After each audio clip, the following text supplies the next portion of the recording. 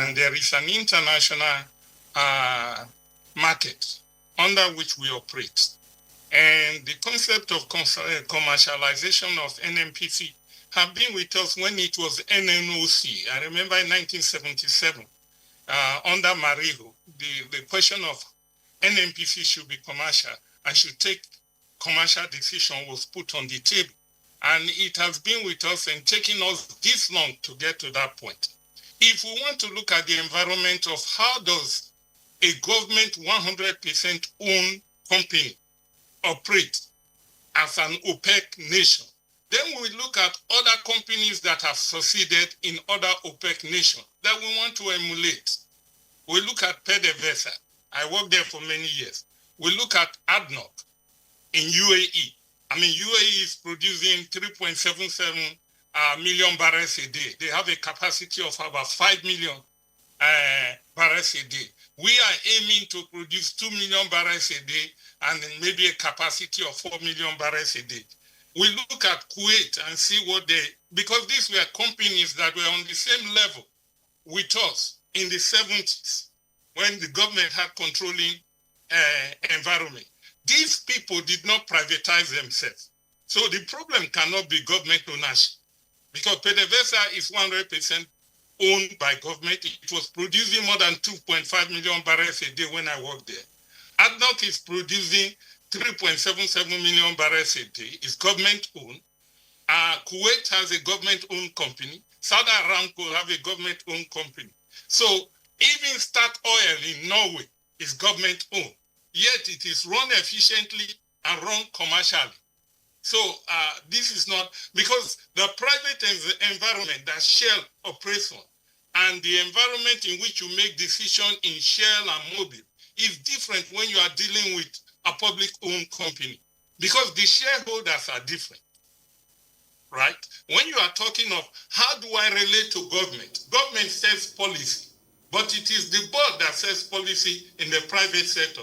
When the government sets policy, the first thing we have to tell ourselves is that those policies have to be consistent if you want to have an environment in which you are going to have investment, in which you are going to have production of 2 million. Those policies cannot change. In short, when I look at the policy that, for instance, that was in the Nigerian petroleum policy that was approved in 2017 and the Nigerian gas policy that was approved in July of 2017, I compare it to the National Development Plan 2021-25 or Chapter 7, which deals with oil and gas policy. And I look at the policies of the present government. As an investor, I will see a change in policy. I start to wonder whether the policy will change because I'm investing for a 25, 30-year period when I'm making my investment in the oil and gas sector. So these are the things with the environment. We operate in OPEC. OPEC is the one that set our production quota. What are the rules governing OPEC production quotas? When I was in Venezuela and this question was raised, Venezuela's reserve was 80 billion barrels. Nigerian reserve was 37 billion barrels. What Venezuela did was to get people to accredit its bitumen reserves. According to OPEC specification, they raised their reserves from 80 billion to 300 billion barrels. By raising their reserve, they were able to go to OPEC and get their production quota increased. So when you are aiming for 3 billion in 2030 or 2 billion in 2027, you have to look at what production. That OPEC production is not 27 million barrels a day, and you are being given 1.8, and other countries are going to come. So the only solution you have to give, which is what the government is probably looking at, is other governments have tried that and said, it's okay, I want to leave OPEC, and I want to be free to produce. But even non-OPEC producers are joining OPEC to control oil supply, world supply, and world demand. So if you are going to set 2 million barrels a day as a target, you have to have a clear idea and you have to project that in 2027, when Nigeria will get to OPEC to give us 2 million barrel production limit, what will be the world demand and the world supply, what percentage of that world demand will be produced by OPEC? Will we be able to argue for 2 million when Venezuela come back on stream? How do we get that? You have to be strategic. If not, you are just putting something on paper that really does not have. Then you have to ask yourself, do we have the producing wells to even meet the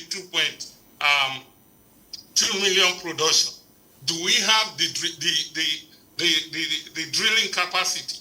Are the rigs available? How many rigs are in Nigeria now? How long does it plan to get rigs? We've got 2 years for your target.